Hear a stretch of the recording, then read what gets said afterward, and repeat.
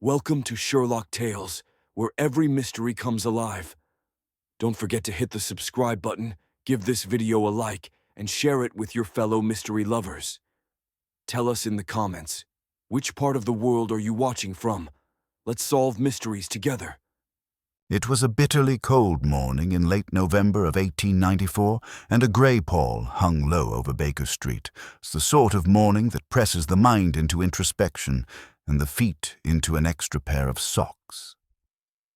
I had just returned from my morning constitutional, cut mercifully short by an uncooperative fog, when I found Sherlock Holmes standing by the fire, unmoving save for the subtle flick of ash from the long pipe clenched between his teeth. He had not stirred in what I estimated to be half an hour, and I wondered if he had entered one of those curious states of introspective paralysis, those hibernations of the mind that always preceded his most incisive acts of deduction. He broke the silence without turning. "Watson, if you had to wager, would you say the man approaching our door now is grieving or rejoicing?" I glanced toward the curtained window. I had heard no knock, no carriage wheels, and certainly no voice from below. "Holmes," I said, shaking off my gloves, "unless you've trained the fog to speak, I fear your question is premature." He removed the pipe and gestured lazily with it. "Observe the window pane. The footsteps are too brisk for morning, but too deliberate for a casual stroll.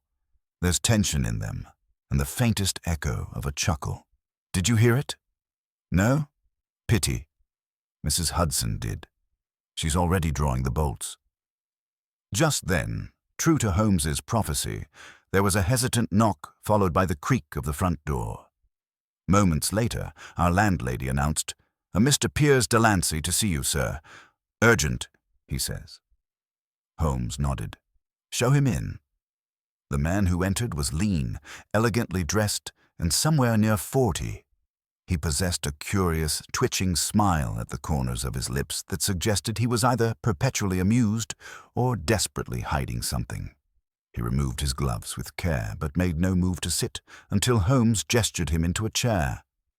"My name is Piers Delancey," he began in a voice of cultured restraint. "My brother, Nathaniel, was laid to rest 2 days ago. You may have read of it in the papers. Barrister's sudden death at Temple Station." "I read the headline," Holmes said. "Collapsed on the platform during morning rush hour. Cause attributed to cardiac failure.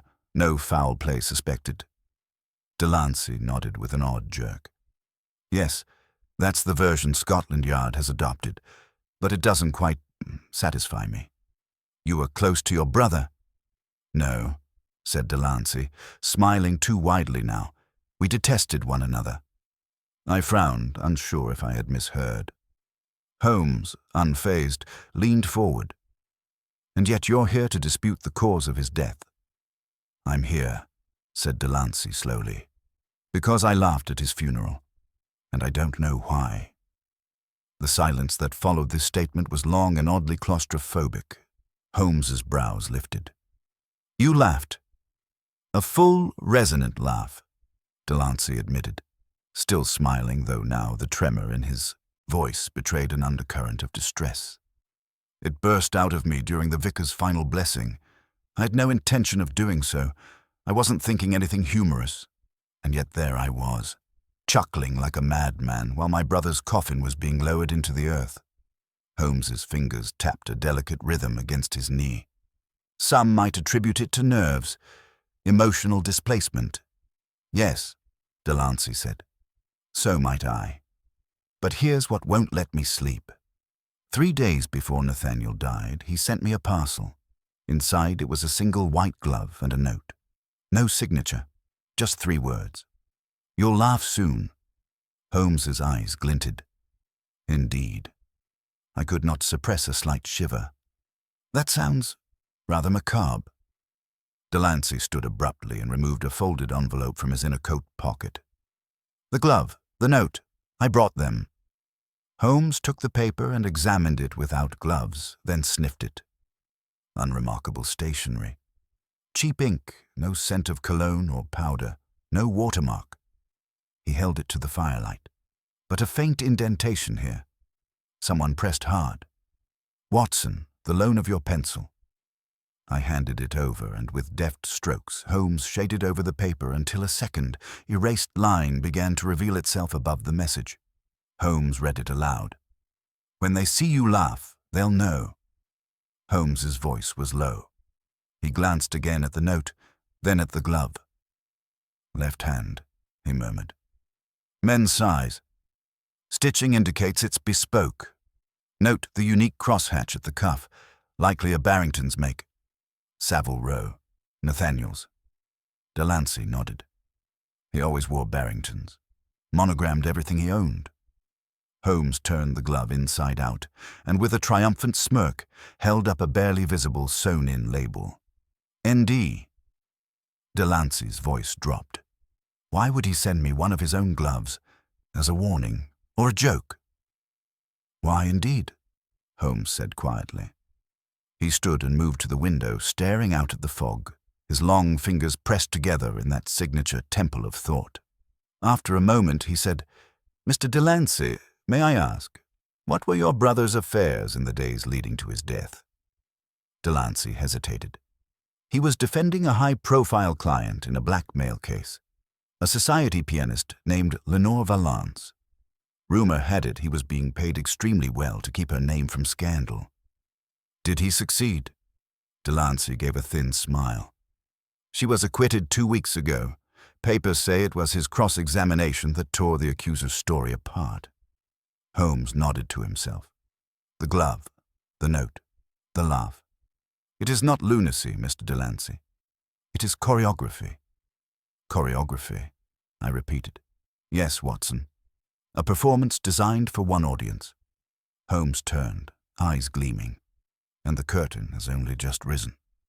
He tapped the note once more, then looked up. "Watson, fetch your coat.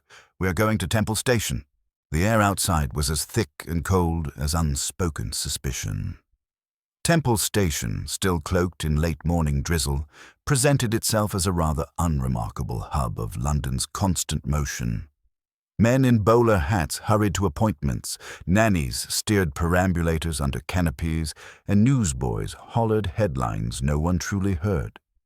Holmes, of course, moved through it all like a man strolling through a chessboard, alert to every piece, every angle, every potential threat that the rest of us mistook for scenery. "This way," he said, without waiting for agreement, and we descended into the tiled belly of the station. The air was damp and tinged with the distinct musk of coal smoke and damp wool. We moved past the booths and past the indifferent constables until Holmes halted in front of the newsstand near the ticket kiosks.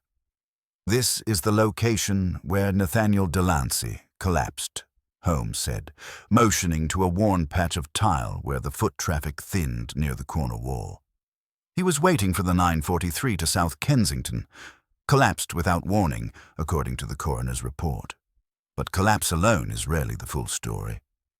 "And you think the place itself may offer some revelation?" I asked, glancing about. It was hard to imagine a fatal drama unfolding here. The station was too pedestrian, too ordinary. Holmes knelt on one knee and examined the floor with his magnifying glass. Passers-by cast him puzzled glances, which he ignored with supreme indifference. I noticed his gaze lingered on the wall to the left, a wall that bore no advertisement, no signage, only the residue of old paste and a few rusty tacks. "I'm interested in what's not here," he muttered. "Observe, Watson. There is a faint square where a poster once hung. Recently removed, dust patterns different, and, look closely, fragments of blue paper and adhesive still cling to the edge. Torn down in a rush." "An advertisement?" I asked, now curious. "Possibly. But there's no frame. Which means whatever it was posted illicitly, perhaps during the night prior to Nathaniel's death. Now, why would someone take the trouble to remove a common poster in such haste?" I opened my mouth to reply, but Holmes was already striding toward the station master's office, his coat flaring behind him like a whisper of certainty. I followed, of course, and within minutes we were speaking with a man named Mr. Greaves, a grizzled station master who seemed both flattered and inconvenienced by Holmes's attention. "Yes, sir.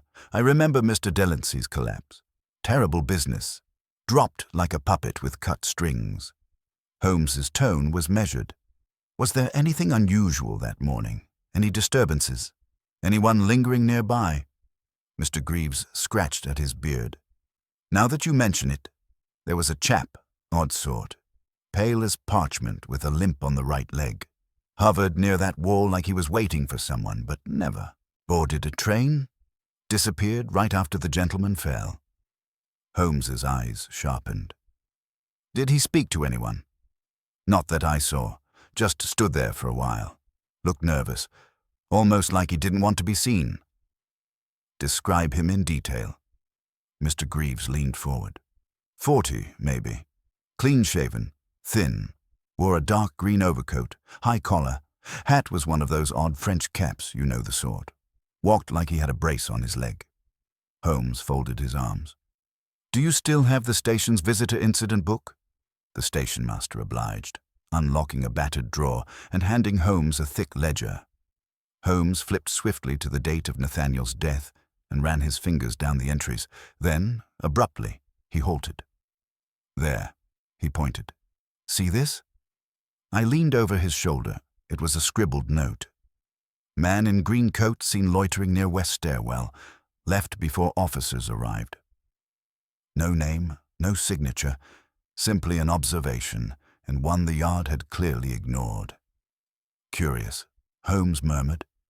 If someone meant to observe Nathaniel in his final moments, they succeeded. And if they intended to ensure his death, they were positioned precisely to do so.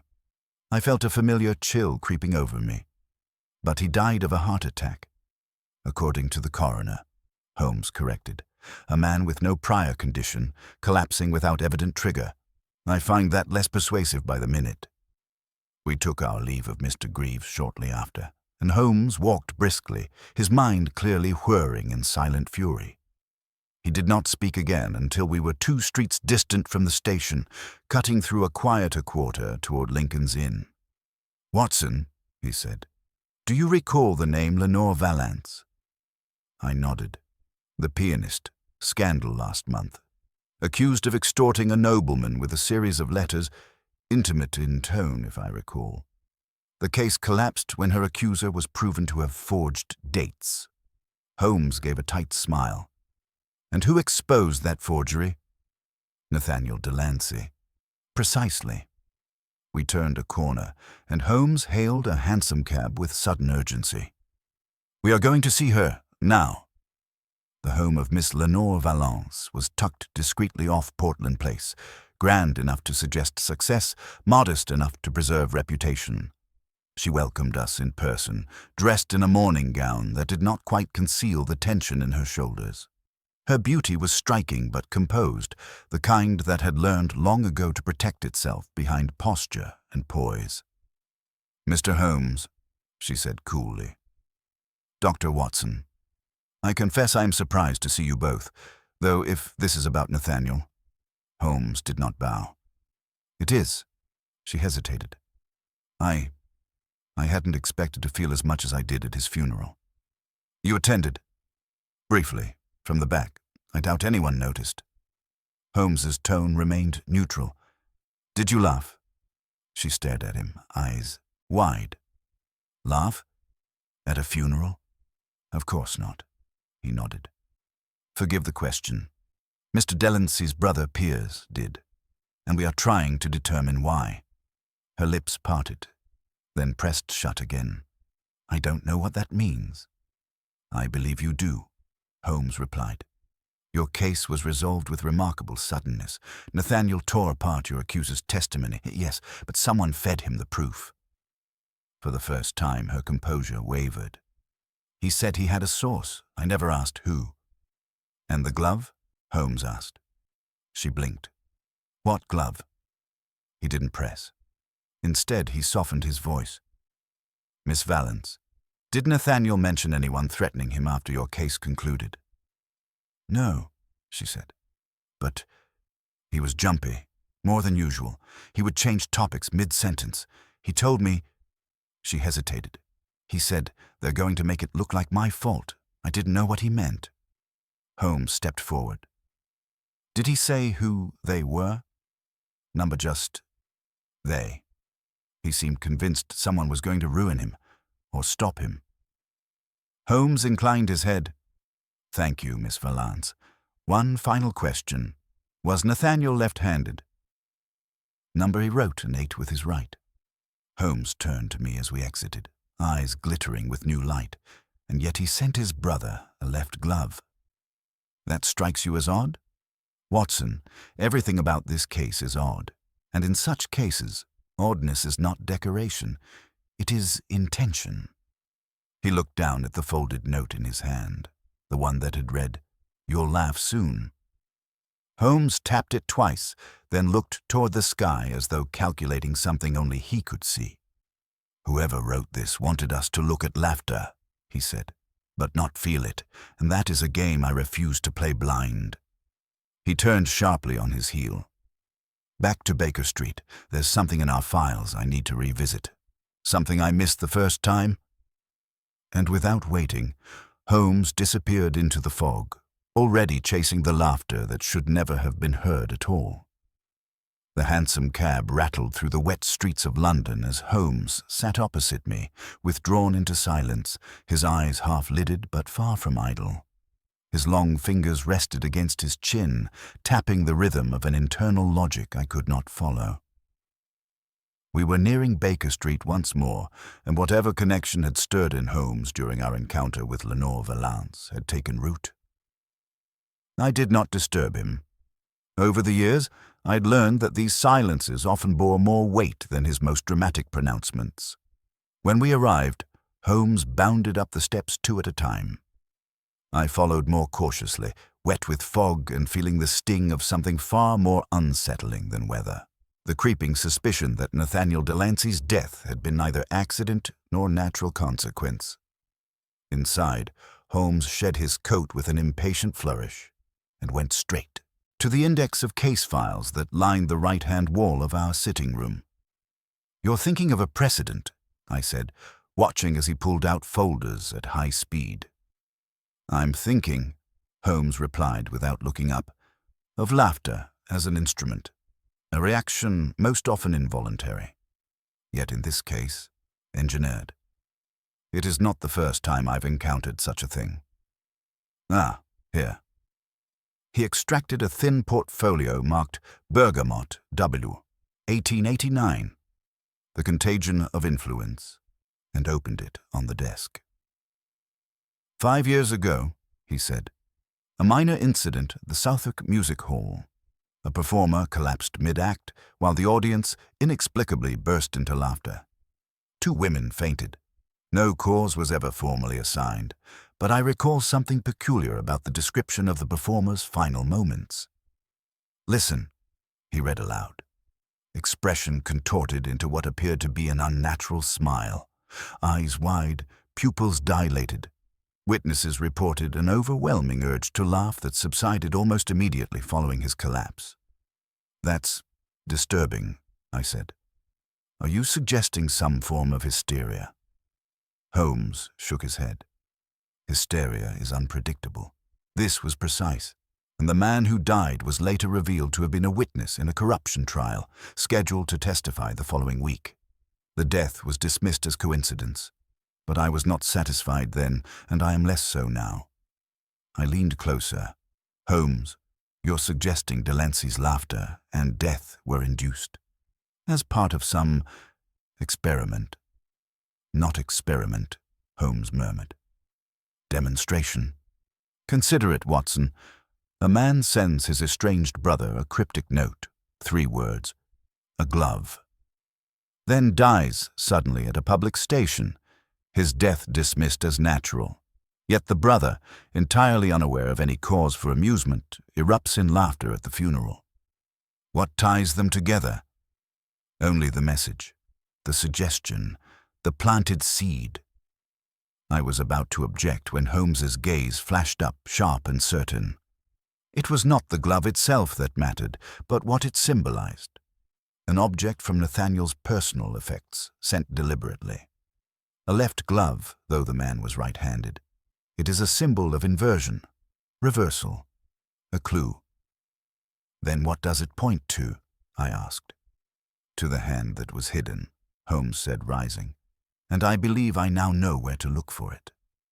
He swept across the room to the corner table, where he kept a stack of old periodicals and legal digests. From this he retrieved the Pall Mall Gazette, dated 2 weeks prior. His fingers flew through the pages until they halted on an inside column. There, he said, tapping the item. The editor, in a stroke of impertinent daring, included a list of upcoming high-profile cases likely to be shut quietly away before the year's end. Look at the third entry. I read, Anonymous VLV. Source claims suppressed letters, names not yet revealed. Tied to minor scandal from summer past. Counsel, N. Delancey. LV, I said aloud. Lenore Valance. And Anonymous was never identified, Holmes replied. But it is the identity of that hidden party we now need.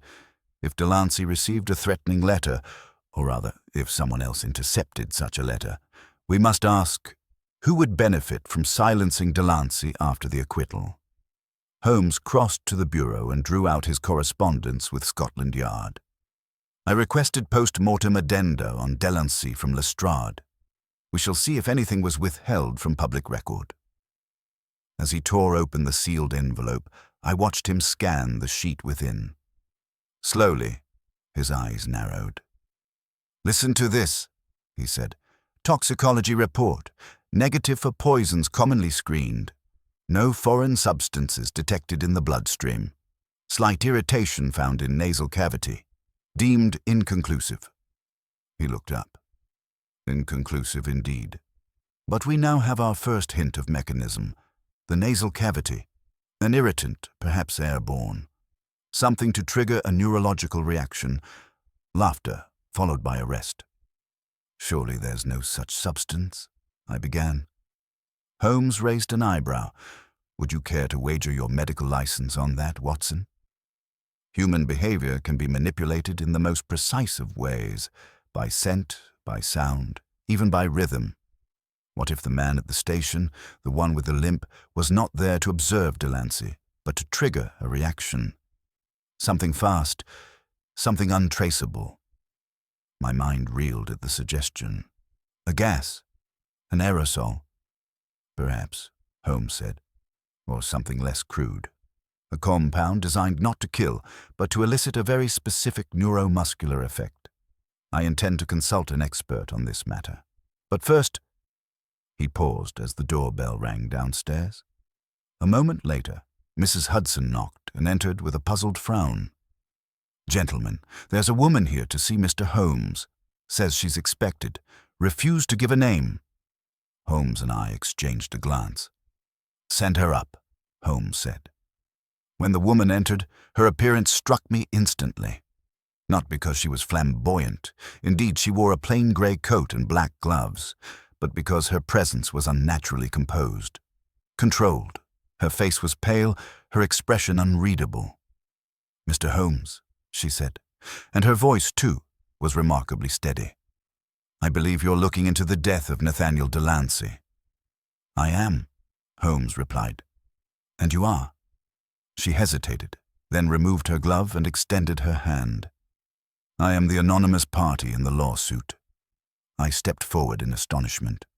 The one Valance's case was built around? Yes, she said, but I was never meant to be identified. I came to Mr. Delancey in confidence.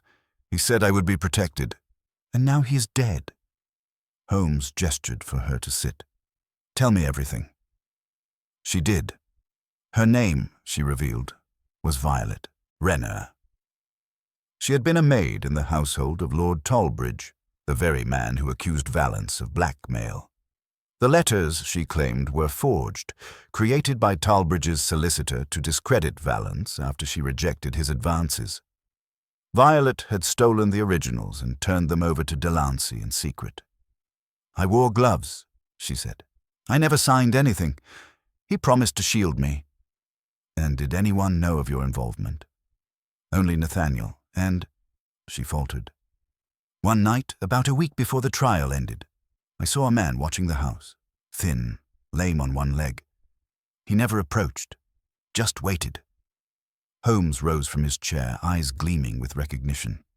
Miss Renner, you must stay hidden. No correspondence, no visitors. You are no longer an asset to silence, but a witness to protect. She nodded, clearly shaken. Holmes turned to me as she departed. We now have a name, a motive and a method that remains concealed. But the one with the limp, he has surfaced twice. Once at the station, once at her doorstep. He's no mere observer.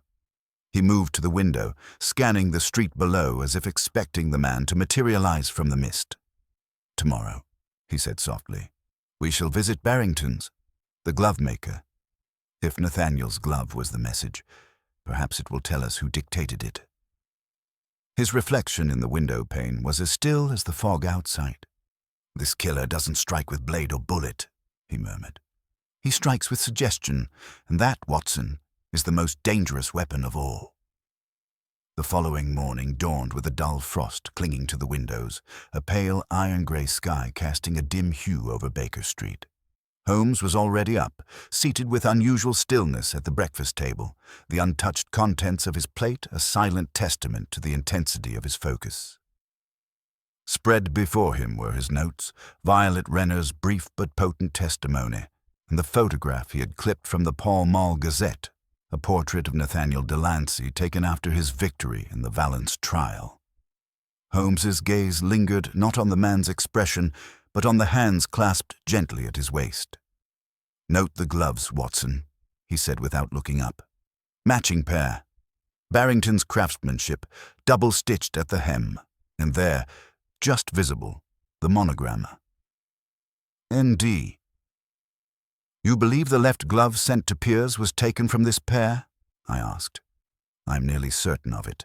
What remains to be determined is who had access to it, and why it was separated, repurposed, and used as a message.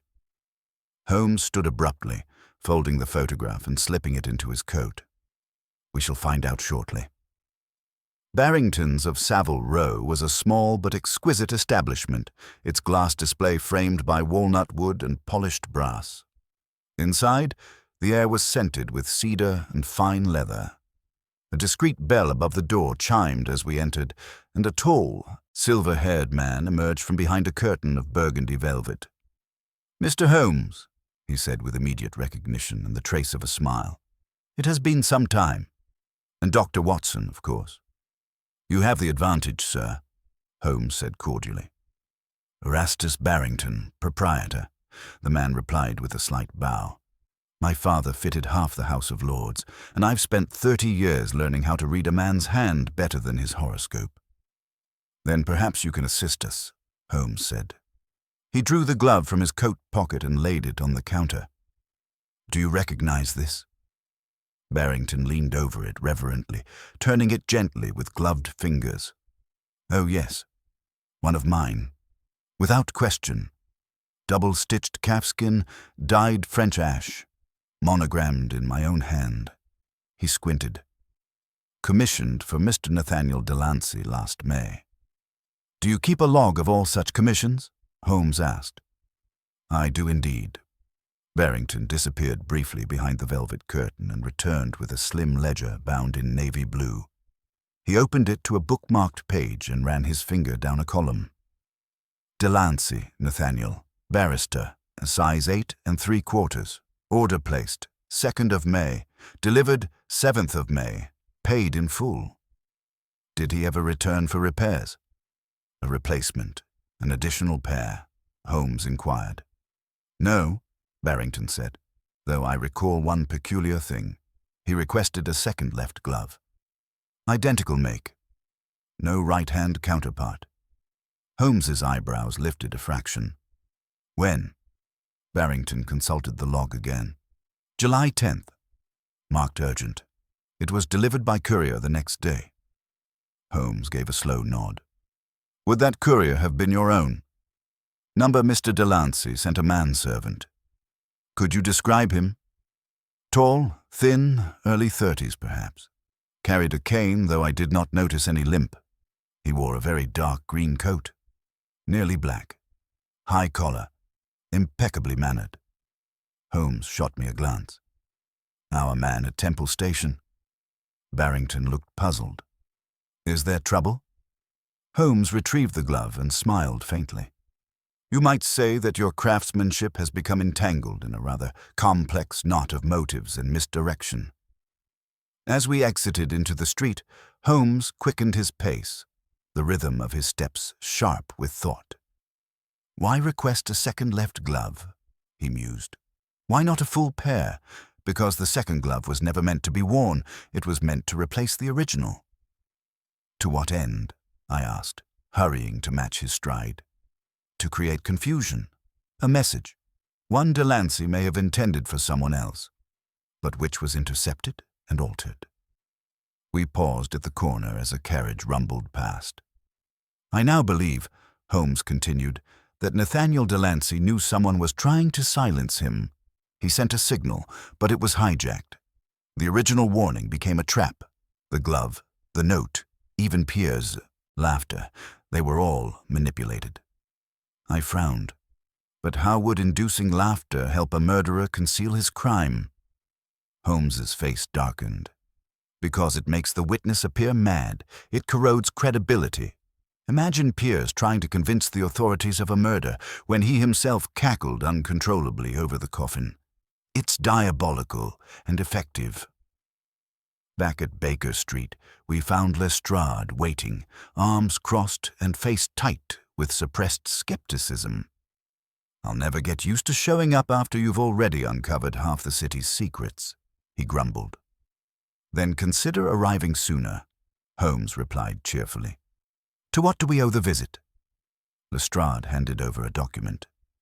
The coroner revised the cause of death. Turns out there was a trace compound missed in the initial sweep. Something rare, an alkaloid derivative found in certain West African plant resins.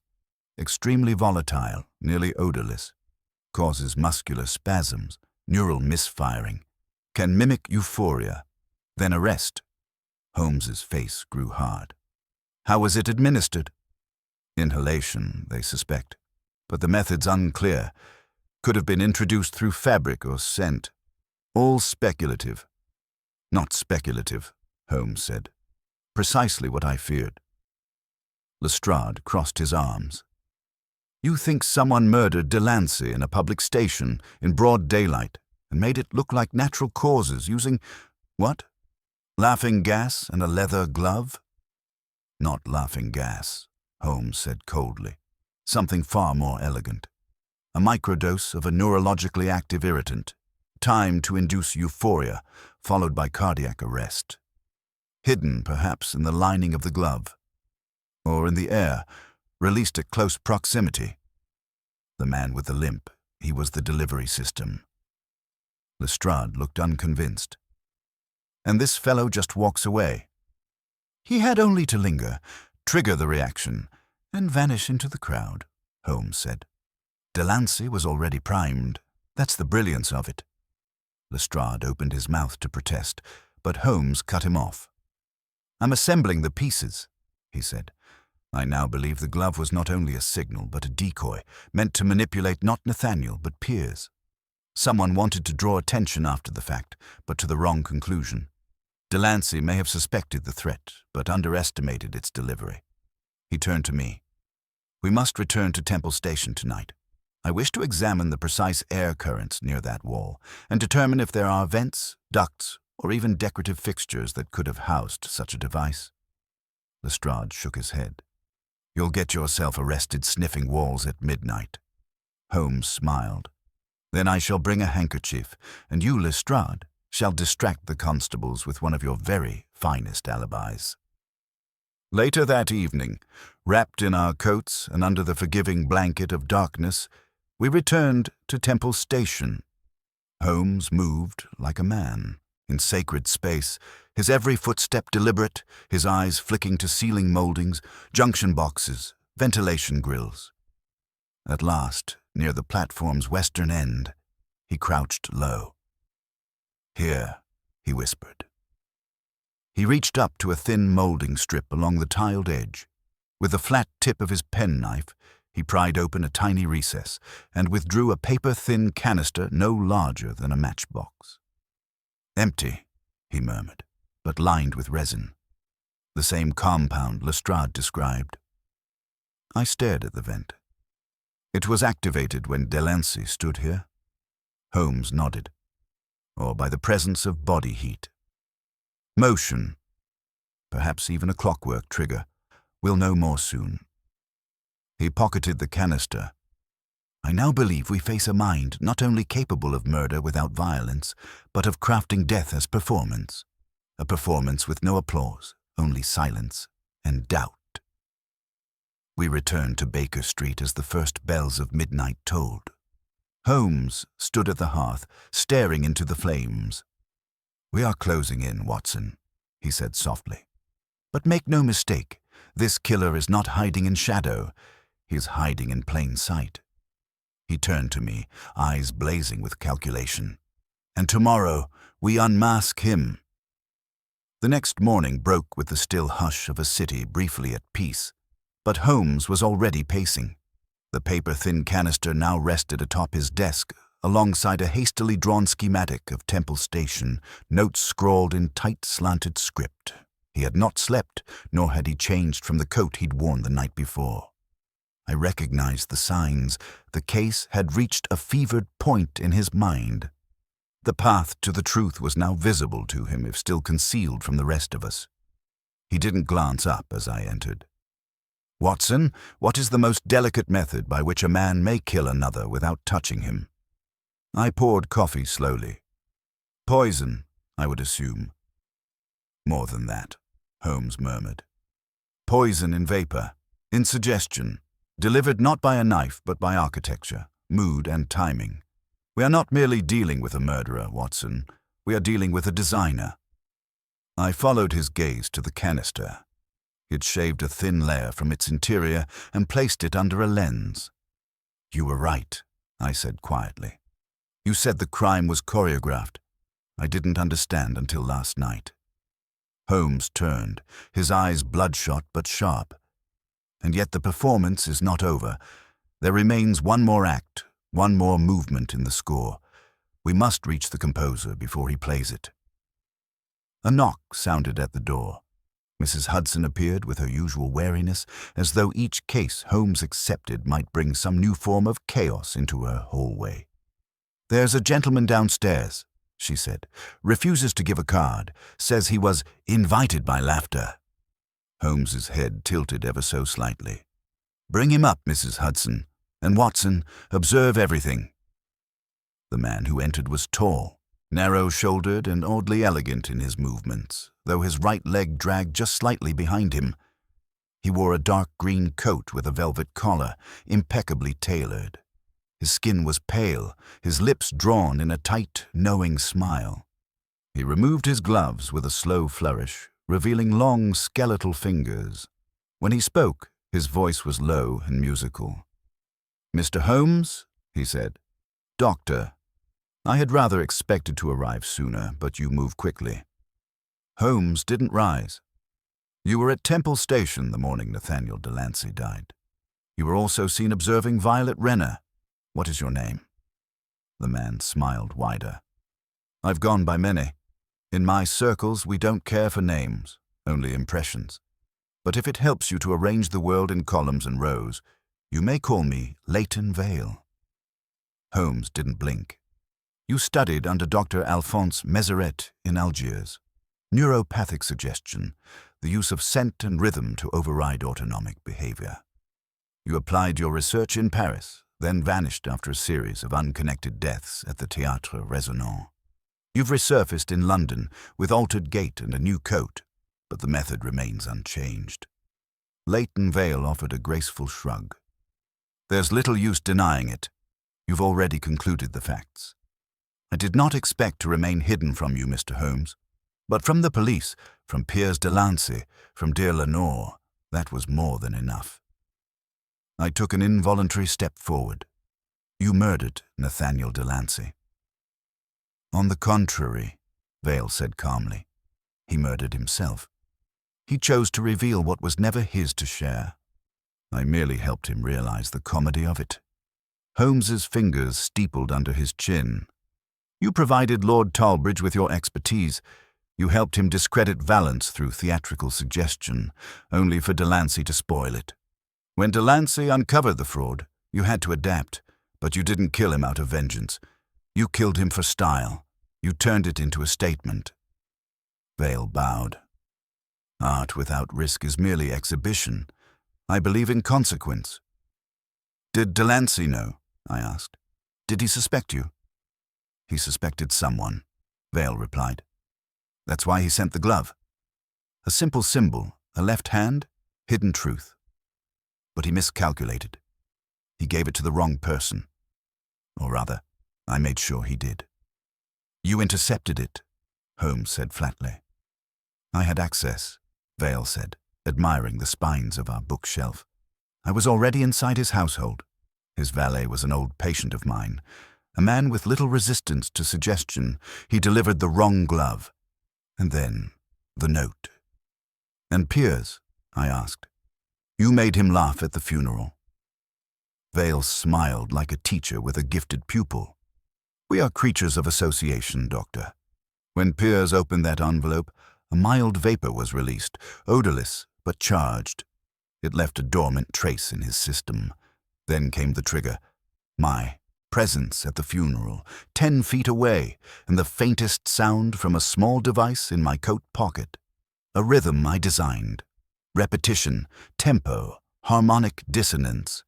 His body remembered it even if his mind did not. The laughter was not madness, it was conducted. I could hardly breathe. You planned it all, just to humiliate them? To show that even grief is not sovereign, Vale said. Holmes stood then, slowly. You've spoken too freely, Mr. Vale. Because you cannot prove a word of it, Vale said, gently smiling. No fingerprints, no weapon, no motive but art. You cannot prosecute an artist for showing the world how easily its strings may be pulled. Holmes stepped closer. True, I cannot prosecute you. But I can dismantle the illusion. You've made one mistake. Vale's brows lifted. Oh? You came to see me, Holmes said, which means you want to be seen. Men like you do not bury their triumphs. You came for the reaction, for the echo.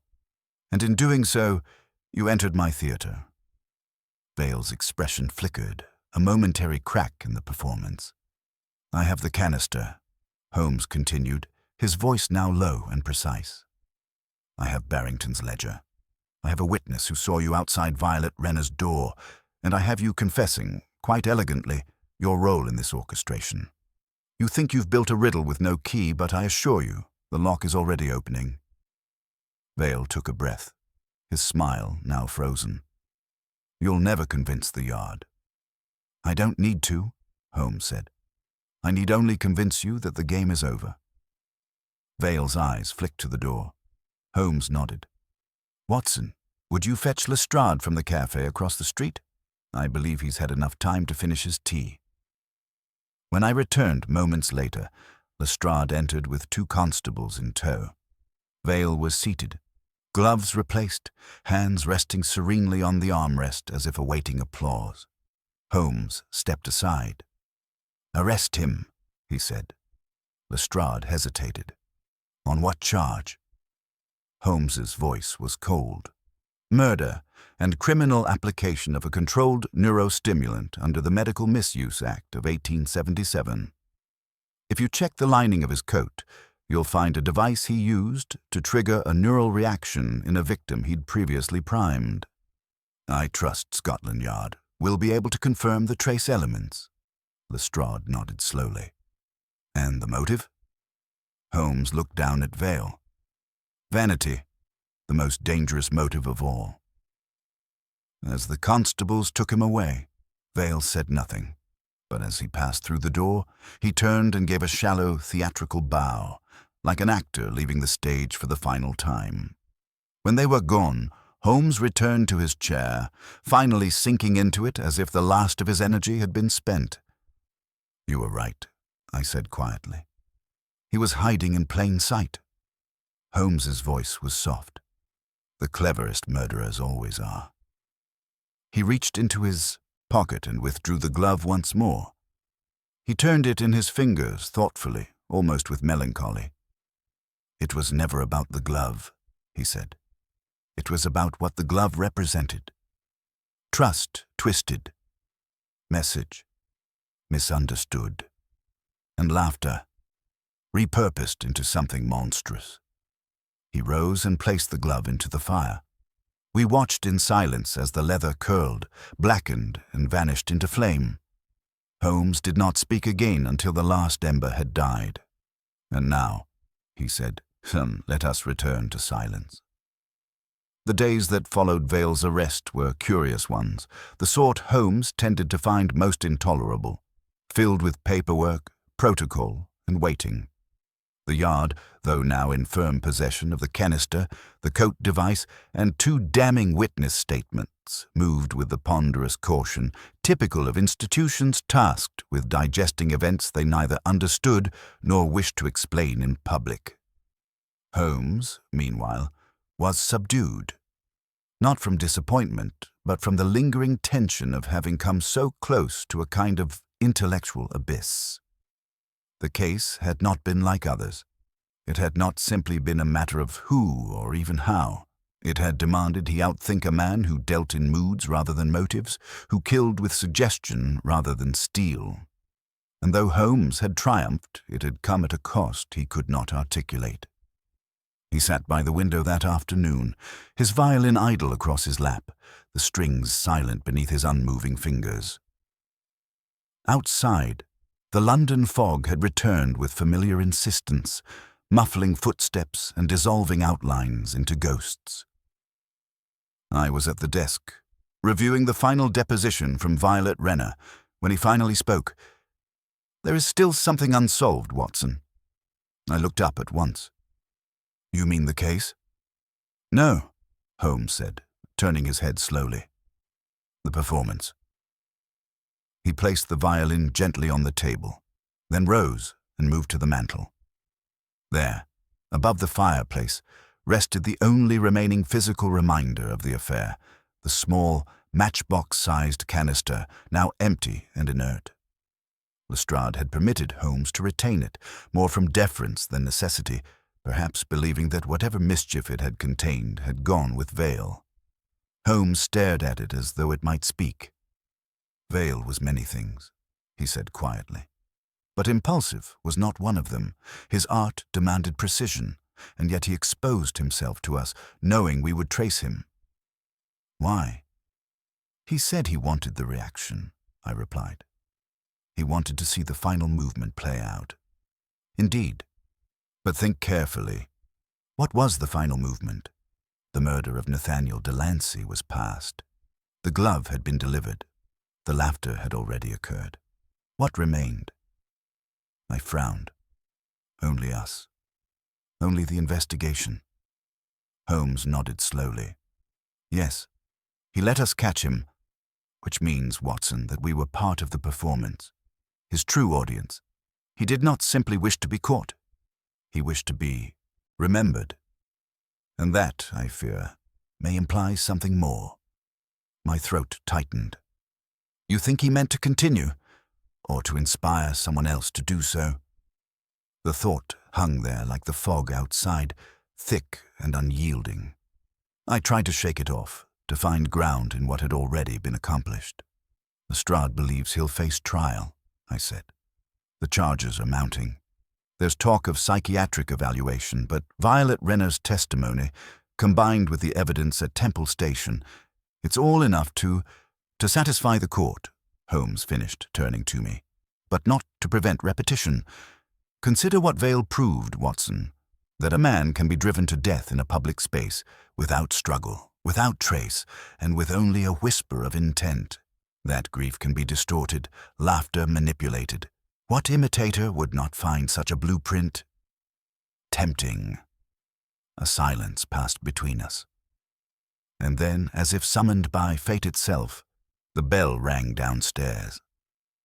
Holmes stiffened.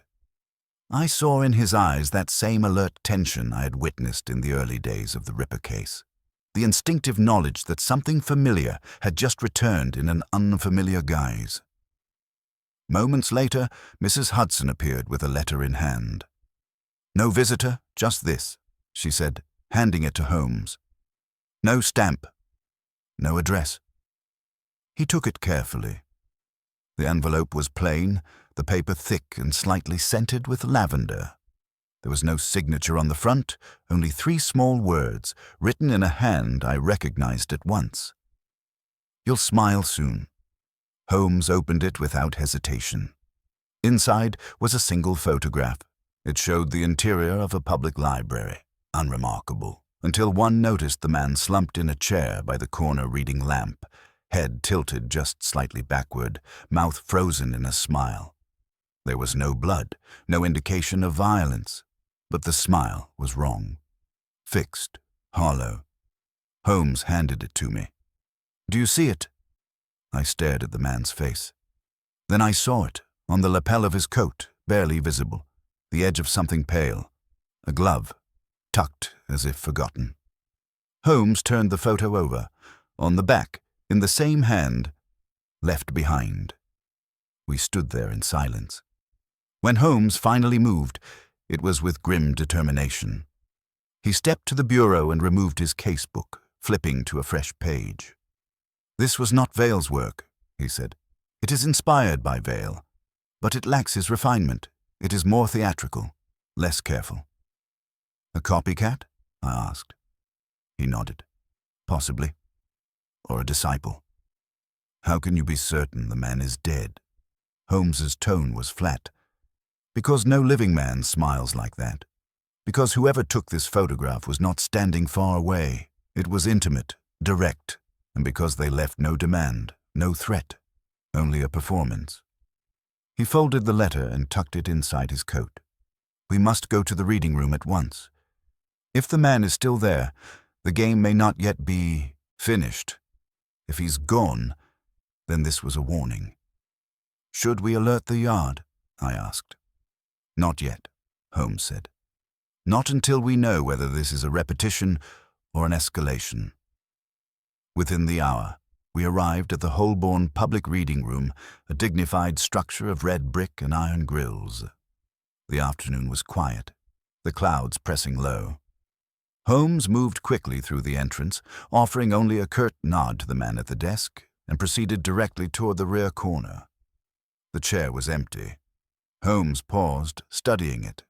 He crouched, fingers brushing the cushion, then the armrest. A faint indentation remained where a body had rested. He looked to the side table. A newspaper lay open to a legal column discussing the Delancey trial, and beneath it, folded carefully, a page torn from the Theatre Review. Holmes lifted it. It was an article praising Leighton Vale's early stage experiments, titled "Laughter in the Dark." He read it silently, then looked at me. "Watson," he said, "we are not finished." "What do you mean?" He turned the page over. On the back was a handwritten list, 4 names, each with a red line drawn beneath it. The first was crossed out, Nathaniel Delancey. The second name chilled me, Piers Delancey. Holmes folded the paper and stood. "There is a new author now, Watson, and they have written a sequel." He stepped back into the corridor as the fog pressed once more against the windows. "We are no longer solving a crime," he said. "We are chasing a message, and we must catch it before it is read again." The wind had turned sharp by the time we exited the library, snapping at our collars and driving the fog in low, coiling gusts through the streets. Holmes moved quickly, his coat flaring behind him, his mind clearly a dozen steps ahead of the rest of London. The page with the names was clutched in his gloved hand, protected from the damp by a thin layer of waxed paper he'd produced from his coat pocket without ceremony. I followed in silence, sensing the urgency in his gait, the tension in his shoulders. This was not the Holmes of deliberate parlor deductions. This was the hunter. "Piers Delancey is next," he said suddenly, halfway to the curb. It's no longer a theory. Do you think this new killer intends to murder him in the same fashion? I asked, trying to keep pace. No, Holmes said. That would be derivative, and they've already shown a flair for reinterpretation. No gas, no glove. Not exactly. They'll change the rhythm, but the message will be the same. You are being watched. You will perform your death. He hailed a cab with a whistle. As we climbed in, he gave the address of Piers Delancey's Mayfair residence. Then he turned sharply to me. Did you notice the names that followed his? Only briefly, I admitted. I saw the third, Lenore Valance. Holmes nodded grimly. The fourth is Violet Renner. I felt a cold bloom at the base of my spine. Then it's personal. It's not just about echoing Vale. It's about continuing the line. Holmes tapped his fingers against his knee. Or closing the loop. Someone wants to erase all those connected to the original performance. The cab pulled up outside a tall Georgian townhouse, austere in its architecture, the windows dark. Holmes leapt out before the wheels had stopped turning. He rang the bell sharply 3 times. No response. He tried again. Nothing. A passing footman paused on the pavement. Begging your pardon, sir. Are you seeking Mr. Delancey? Yes, Holmes replied briskly. Is he not home? The footman looked uneasy. Left this morning. Didn't say where. But his valet said he'd received a note. Something rather upsetting, I gathered. Holmes's voice sharpened. Did you see this note? No, sir. Only that the valet mentioned it. Looked pale himself. Holmes pressed a coin into the man's hand. Thank you. That will suffice. As the footman disappeared into the mist, Holmes turned to me. He's already in motion. The killer's note must have arrived hours ago, enough time to set the scene. He flagged the cab again and leaned in through the window. Return to Baker Street. I need the envelope delivered this morning. The scent, the texture, everything. There's something about it that's been troubling me. Meanwhile, I'll go to Scotland Yard and send a watch to Valance and Renner both. If I'm right, the killer has already chosen the theatre for their next act. No, I said firmly. We go together. Holmes paused. He studied me a moment, then gave a nod. We changed course. Instead of returning to Baker Street, we made for Scotland Yard directly. Holmes's mood had shifted. There was a new calculation in him, an acceptance that the killer was no longer merely reacting to the past, but was now shaping the future. That required strategy, not just deduction. At the yard, Lestrade met us with the look of a man who had not had enough sleep and had stopped hoping for it. Holmes wasted no time. We need guards placed on Miss Valance and Miss Renner, discreetly, and we need to locate Piers Delancey, immediately. Lestrade blinked. Delancey? What for?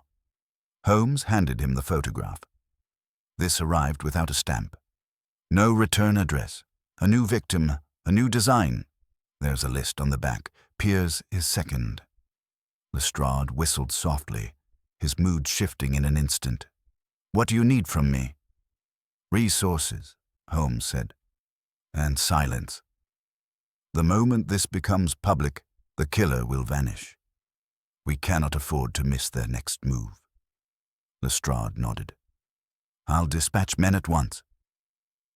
Within the hour, 2 constables in plain clothes were stationed outside Valance's flat and Renner's boarding house. Holmes, meanwhile, pored over the list again, tracing the letters with his fingertips, the way a blind man might read a warning, carved in stone. I've seen this hand before, he muttered. It's not Vale's. The curvature is different, the weight at the end of the E. It's almost musical. Musical? I asked. Holmes did not respond immediately. He stood, began pacing, then stopped short. Watson, the glove. Yes. When I first examined it, I detected a faint scent beneath the leather, something floral. You recall? Lavender, I said. You mentioned it. Lavender and sandalwood, combined. Those are frequently used in... What? Perfumes, soaps, theaters, dressing rooms. Holmes turned to me, eyes lit. Theaters. I understood at once. You think the killer is someone connected to Vale's earlier performances? I think they were inside them, Holmes said. A pupil, perhaps, an understudy, someone overlooked in all the newspaper clippings, but who would have had access to the mechanism, the scripts, the timing. A knock interrupted us.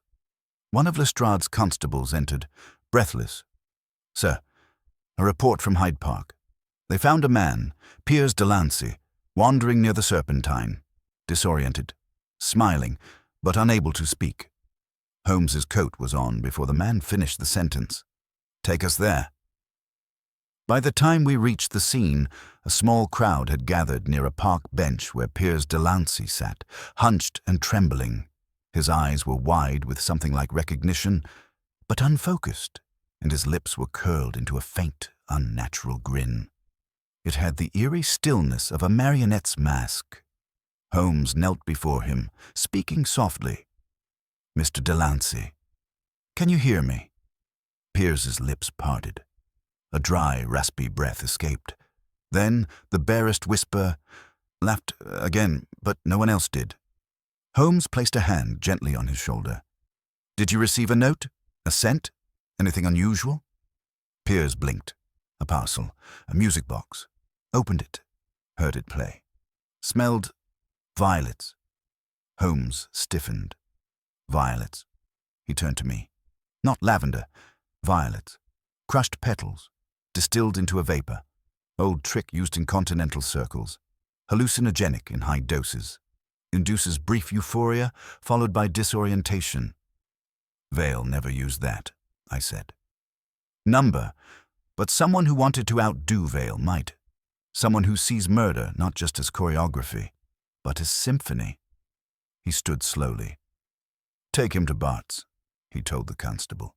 Tell them to preserve his clothing in the parcel. We'll examine it ourselves. We left Hyde Park in silence. Back in the cab, Holmes leaned against the seat, staring out into the fog. We are not hunting a killer in the traditional sense, Watson. We are hunting a composer, one who believes the human mind is an instrument and who plays it until it breaks. Do you have a name? I asked quietly. No, he said, but I have a stage. He turned back toward me, and in his eyes I saw something I had only glimpsed once, before, on the heels of the Milverton affair. They've chosen the next scene already, he said, and we must walk into it. The fog pressed in around the cab as it moved through the streets, as though the city itself was holding its breath, waiting for the next note to be played. The following morning broke pale and watchful, a sky the color of ash stretched tight over a city that had not yet recovered from the chill of what had transpired. Piers Delancey remained sedated under observation at Bart's hospital, the vapor of crushed violets still faintly lingering on his lapels, as though his mind were a chamber not yet aired. Holmes had not slept, nor had he paced, as was his usual custom. Instead, he had sat unmoving for hours, one long finger pressed beneath his lip, his gaze locked on the unopened parcel from Delancey's coat, now sealed within a glass bell jar on our sitting-room table. He spoke at last, without looking at me. The music box is the key. I had just set down the Morning Post. How so? He turned his head slightly, just enough to catch me in his peripheral vision. Because this killer understands suggestion better than anyone we've yet encountered. They've learned from Vale's method but discarded his restraint. Where Vale used silence and stillness, this new mind uses symbols, sounds, scent. They have no desire to escape detection. On the contrary, each victim is a signature, each gesture a flourish. I moved toward the jar and studied the small, ornate device inside. It was no larger than a teacup, crafted in polished brass with a rosewood base. The lid was etched with the outline of a masked figure, arms outstretched in mid-performance. The engraving, I said. It's theatrical. Holmes nodded. More precisely, it's operatic. The mask is a commedia dell'arte style. Pierrot, I believe. The eternal melancholic. A favorite among certain continental theaters for characters who must smile while suffering. Cruel symbolism, I murmured.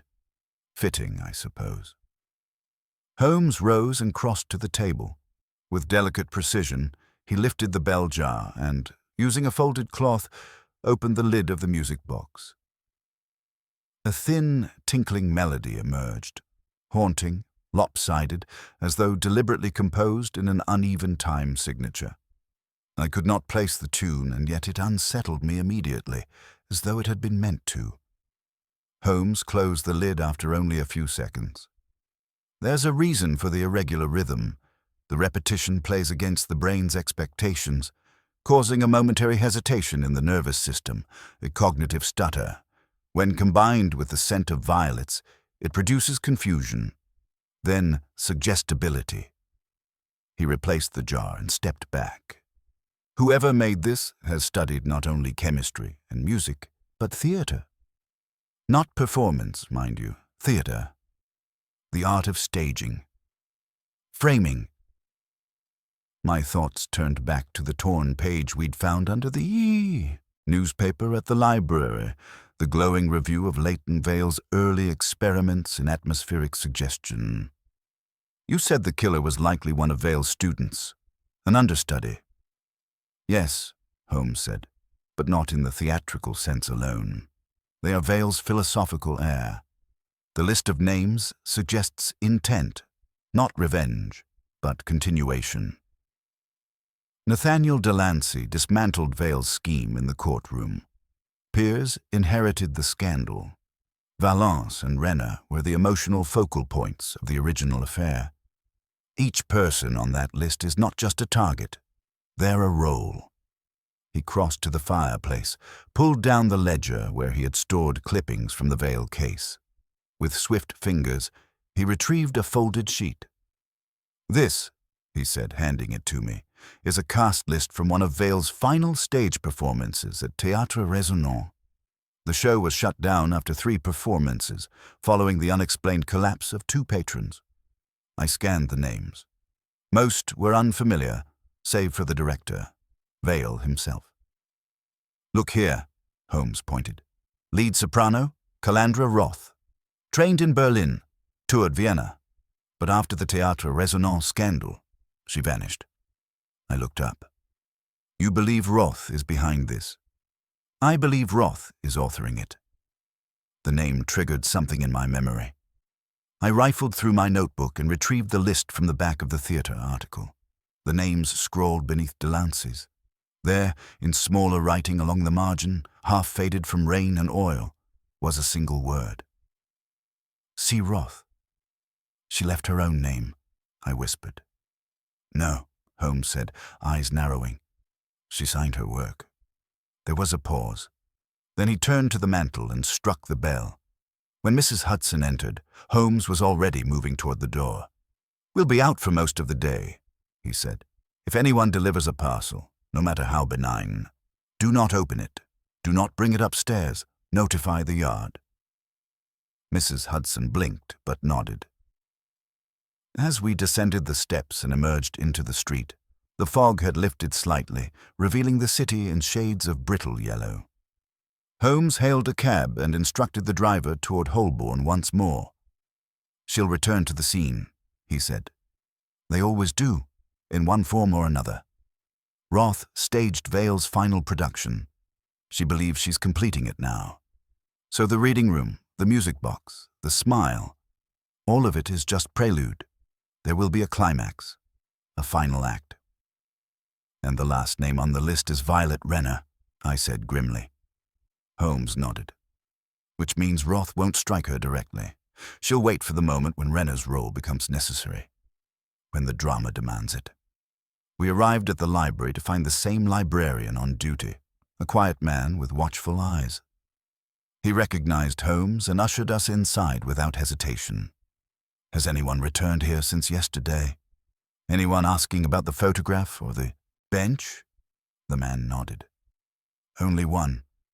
A woman this morning, dark hair, veil, asked to see the old theatre collection, said she was researching the Resonance scandal. Holmes's voice was ice. Did she give a name? No, sir, but she asked about where you found the newspaper. And then she left. Didn't check anything out. Holmes turned to me, his mind already ahead of mine. The theatre archives. Of course, she's choosing her next scene. He spun on his heel and we followed the librarian down a narrow stair to a series of long, musty stacks beneath the library. The air was still, and the only sound was the ticking of the old gas lamp valves. Holmes moved like a bloodhound through the shelves, pulling volumes with silent intensity. Then he stopped. Before us stood a ledger. It had been left slightly ajar, as though recently disturbed. Holmes opened it. On the inner flap was a penciled note. The fourth act begins tonight. There was no signature. Only a single pressed violet, dried flat and brittle, crumbling slightly where the page bent. Holmes straightened slowly. Tonight. She's chosen the theatre, I said. Where?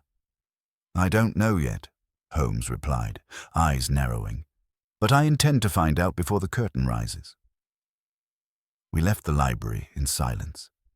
By the time we returned to Baker Street, the fog had begun to gather again, curling around chimneys and edging its way through shutters. Holmes sat at his desk and pulled open a map of London's theatres. He began circling, marking, crossing out. When he spoke, it was more to himself than to me.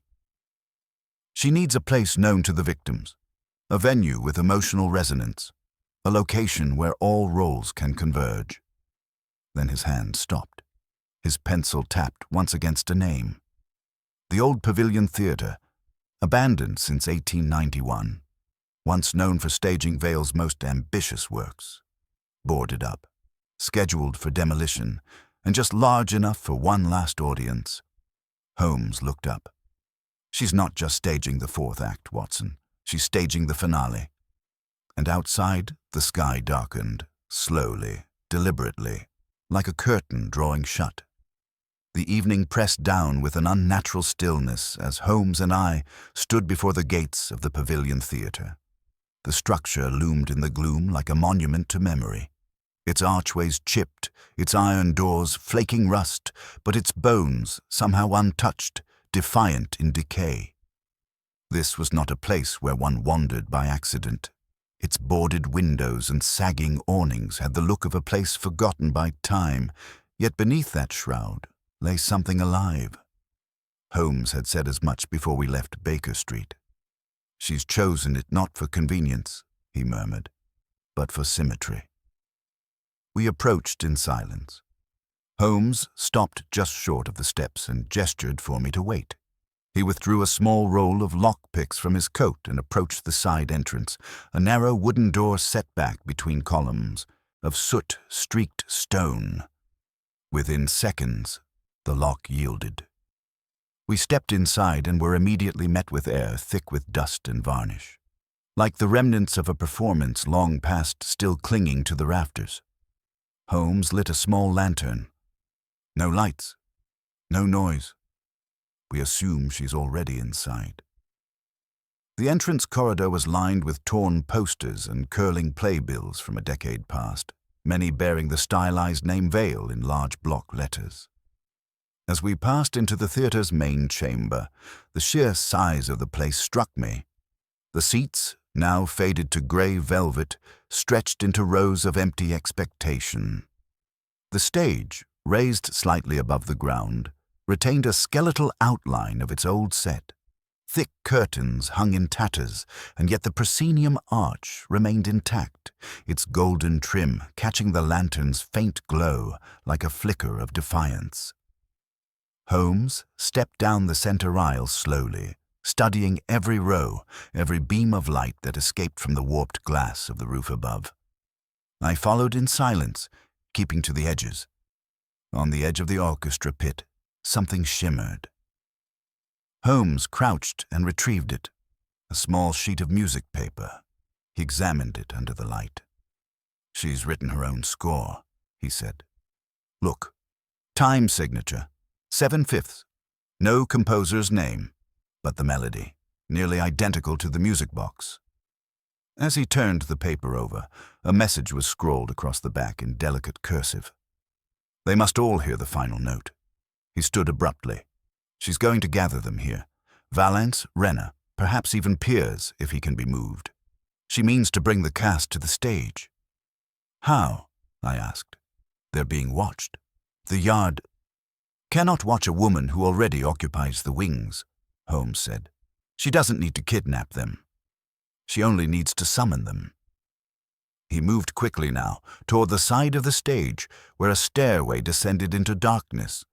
We followed it, the lantern's circle illuminating half-rotted wood and discarded props. At the base was a long, low corridor, once used by costumers and stagehands. And there, in the dust before us, were footprints. Recent, small. Holmes knelt, touched the edge of one. Slender heel. Female. No more than a few hours old. She came down here after preparing the hall. He raised the lantern again and caught the gleam of something tucked between a broken bench and the wall. He retrieved it, an envelope, sealed in red wax, with a single name written across the front. Lenore Valence. Without opening it, Holmes slipped it into his coat. This is the lure. He stood again. She sends them these letters. Each personalized. Each with the echo of Vale's method. Evocative symbols, scent, sound. But hers is a crueler artistry. She doesn't want their silence. She wants their presence. They are to be living witnesses to a climax they cannot prevent. We heard it then, the faintest creak above us. A footfall. Holmes extinguished the lantern. We waited. Another step, then silence. The boards settled. Then a voice, low, clear, and female, cut through the dark. Mr. Holmes, you are early. He did not answer at once. When he spoke, his voice was soft and even. Miss Roth, you've gone to great lengths for an audience. Her voice echoed, still distant, but with uncanny clarity. Number not for an audience, for a correction. Vale was brilliant, but incomplete. He ended with silence. I end with truth. Holmes stepped out from the passageway into the orchestra well, and I followed at his side.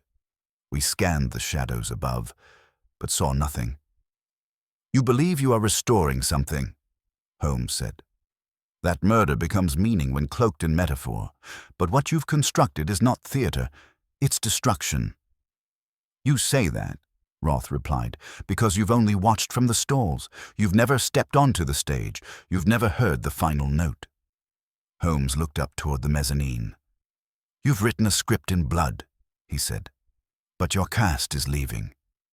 They are coming, she replied. You'll see. The letters have gone out. They must return. The stage demands them. And then we saw her. She stepped forward onto the balcony railing above, barely illuminated by the weak shafts of light filtering in from the ruined skylight. She wore a long coat of dove gray, and her dark hair was bound tightly at the nape. Her face was serene, composed, the very image of a woman ready to bow. Holmes raised his voice. You've lost your audience, Miss Roth. The yard is watching every door. Valence has been taken to safety. Renner is no longer alone. Then I have only one role left, she said, lifting something from the folds of her coat. A box, square, familiar. Holmes stepped forward. Stop. But she turned the crank. The haunting melody began to play, distorted slightly by distance, but unmistakable. Then, calmly, she raised a vial to her lips. Holmes moved like a shot, bounding up the stage stairs and toward the upper level. I followed, though slower. By the time he reached her, she was slumped against the railing, eyes closed, lips parted in a faint smile. He caught the box as it tumbled. Shut the lid. Silence returned.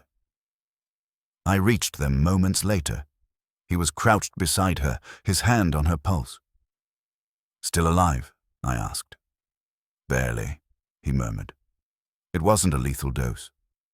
Not yet. She wanted to speak the ending before it arrived. He turned her face gently toward him. "Miss Roth," he said, "you've played your part, but the curtain does not fall for you." Her eyes fluttered. Her breath came shallow. "I only wanted them to hear it. The laughter. The note they missed." Holmes nodded once. They heard enough. We carried her down and summoned the yard. Lestrade arrived not long after, bewildered but swift. Roth was taken into custody. The music box was sealed. The Pavilion Theatre was shuttered for the final time. Back at Baker Street, Holmes sat for a long time without speaking, the box now secured in a lead-lined drawer. "She was right in one sense," he said eventually. "Theatre is memory. It is repetition." She believed that by restaging the pain, she could control it, transcend it. "But all she did," I said, "was trap herself inside it." Holmes nodded. She learned Vale's methods. But she never learned how to stop the performance. He stood, walked to the fire, and added another log. The glow flared, and for a moment, the shadow of the violin case on the wall seemed like the bow of an actor, eternally mid-scene. Holmes did not play that night. He watched the fire, and for once, I let the silence stretch. Outside, the fog curled through the lamplight like smoke rising from a stage that would never see another performance. For 3 days after the events at the Pavilion Theatre, a hush seemed to settle over London, not the ordinary hush of fog-muted streets, or the courteous murmur of a city bracing itself for another grey dawn, but the kind of hush that lives in the wings after a curtain has fallen. The newspapers, of course, reported only fragments. "Arrest at abandoned theatre," one read.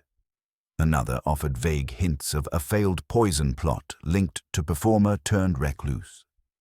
Not a single publication dared connect Calandra Roth to Leighton Vale or to the intricate pattern of disappearances and near deaths that Holmes had traced over the previous weeks. That was as Holmes preferred it. "Let the facts remain veiled," he said, tapping the spine of the Times with a faint grimace. "Theatrics must not become precedent. One performance inspires another." Roth remained in police custody, neither speaking nor resisting. She had come to consciousness the night after her arrest, asked only for her music box, which Lestrade, following Holmes's clear instruction, had already sent under lock to the chemical division at Bart's, and then retreated into silence. Not catatonia, the doctors said. Not madness, just silence. "She has finished speaking," Holmes murmured when I told him. "The lines are all said. There are no curtain calls for such actors, only darkness." We were sitting in our study on the 4th evening when the knock came. It was hesitant, like someone trying to decide whether to step through a door they'd once locked themselves. Mrs. Hudson admitted Violet Renner. She looked older than I remembered, though only days had passed. Her eyes had a quiet urgency, as if she feared time might steal her chance to ask what needed asking. "I heard she's been taken," Violet said, once seated, her hands resting on the teacup Holmes had pressed into them. "Is it over?" Holmes gave no answer at first. He walked to the window, gazing out over the street where the lamplight smeared itself against the mist like ink spilled across parchment. "It depends on what you mean by over," he said. She swallowed. "The list, the music, the messages. Are we safe?" "Safer," he allowed. "Not safe." She flinched slightly. "But," he added, turning to her with something approaching kindness, "you're no longer alone in the wings." Roth's obsession was fed by isolation, her belief that the world had misread the script, that she had to restage the entire drama to correct it. She underestimated the power of a new narrative, one in which she was stopped. Violet looked down into her cup, her voice barely above a whisper. "She said I ruined everything." Holmes stepped closer. "You didn't. You survived it. That is not ruin. That is defiance." After Violet had gone, Quieter, steadier, Holmes turned to me. "There is one final matter to resolve." I nodded. I had been waiting for this. "The glove," I said. "Yes," he replied, "and more than the glove, the hand that wore it." He moved to his desk and drew out the remnants of the original parcel Nathaniel Delancey had sent to his brother. The glove, the note, "You'll laugh soon," and the odd, unreadable indentations that had so haunted Holmes in the early days of the case. "I was wrong," Holmes said quietly, "about one thing." I looked up. I assumed the note was a warning, that it came from Delancey himself, but under closer inspection, and with Roth's handwriting to compare, I now believe it was intercepted and rewritten. The original message lies beneath. He lifted a thin sheet from his drawer, a rubbing he had taken from the back of the note using graphite and tracing paper. The faint outline of 3 words had emerged in angled block letters. "Do not laugh." It struck me at once. The inversion. "She twisted his message," I said. "He meant to prevent Piers from falling into the trap." Holmes nodded. "And she turned it into a prophecy, a self-fulfilling curse." I felt a cold clarity settle in my chest. She played every part. The ghost of Vale, the author, the assassin, even the messenger. "No," Holmes said, setting the rubbing aside. "Not every part." I watched as he returned to his index system and pulled out a file marked simply BR. He handed it to me. Inside was a brief description of a minor actor, Bartholomew Reeve, once part of the Théâtre Résonant Company. Fired quietly, months before its closing, rumored to have taught elocution, a background figure, easily forgotten. "Reeve delivered the glove," Holmes said. "He played the role of Roth's shadow, her whisper.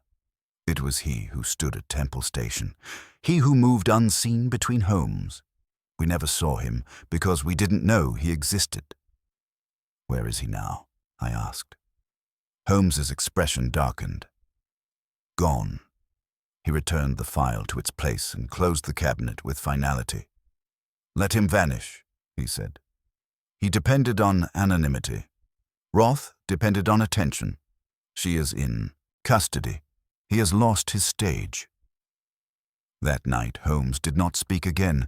He took up his violin and played not one of his dark, erratic improvisations, but something slow, familiar. I could not name it, but it reminded me of the end of winter, of a light returning beyond frost-covered windows. A promise of something not quite peace, but perhaps the closest we might find. As I sat across from him, watching the light flicker across the worn wood of his instrument, I thought of how close the entire affair had come to tragedy without spectacle. Murder framed not as crime, but as composition. I thought of Vale, of Roth, of the note that had tried to twist laughter into prophecy. And then I thought of Piers, who had smiled at his brother's funeral not out of madness, but because someone had commanded his body to betray him, and of Holmes, who had silenced that music box before it could play its final note. It was a strange victory, not public, not complete. But in that moment, it felt enough. The fire crackled low, the fog retreated beyond the panes, and Holmes, bowing his final note, let the silence fall like a curtain. The first true warmth of spring had arrived in London, shy and cautious, as though unsure of its welcome. The mist that had so long haunted the cobbles of Baker Street had lifted, and through the window a shaft of light stretched across Holmes's desk, striking the glass of a now empty bell jar, the one that had once housed the cursed music box. It had been dismantled weeks ago under Holmes's direction, each component catalogued and rendered inert. The scent of violets, once faintly clinging to our drapes, had finally faded. Only memory lingered. It was in that sunlight, 3 weeks after Calandra Roth had been declared unfit to stand trial and committed to a secure sanatorium, that Piers Delancey arrived at our door. He was thinner, still pale, but his gait was steadier. A man slowly reclaiming the use of his own body and mind. Holmes greeted him with a quiet nod, offering no more ceremony than he would a telegram. "I came to say thank you," Delancey said, his voice rasping slightly from disuse, "and to ask what I was meant to do." Holmes raised an eyebrow. "Meant to do." Delancey looked down, his gloved hands tightening. That smile, the laughter, I remember flashes. Music, a kind of weightlessness. I wasn't frightened, not exactly, but I didn't feel like myself, and afterward I read about Roth.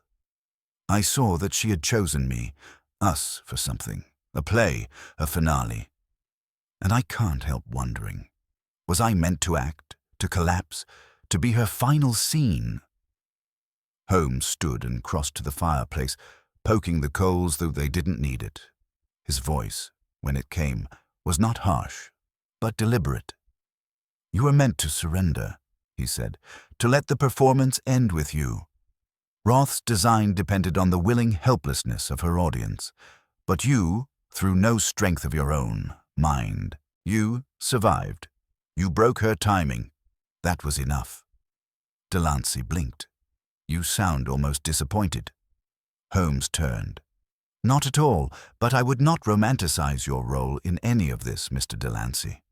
You were a witness. That is not a failing, but do not mistake it for authorship." Delancey seemed to absorb that in silence. Then, with a curt nod, he rose to go. He paused at the door. "And the others?" "Valence. Violet Renner."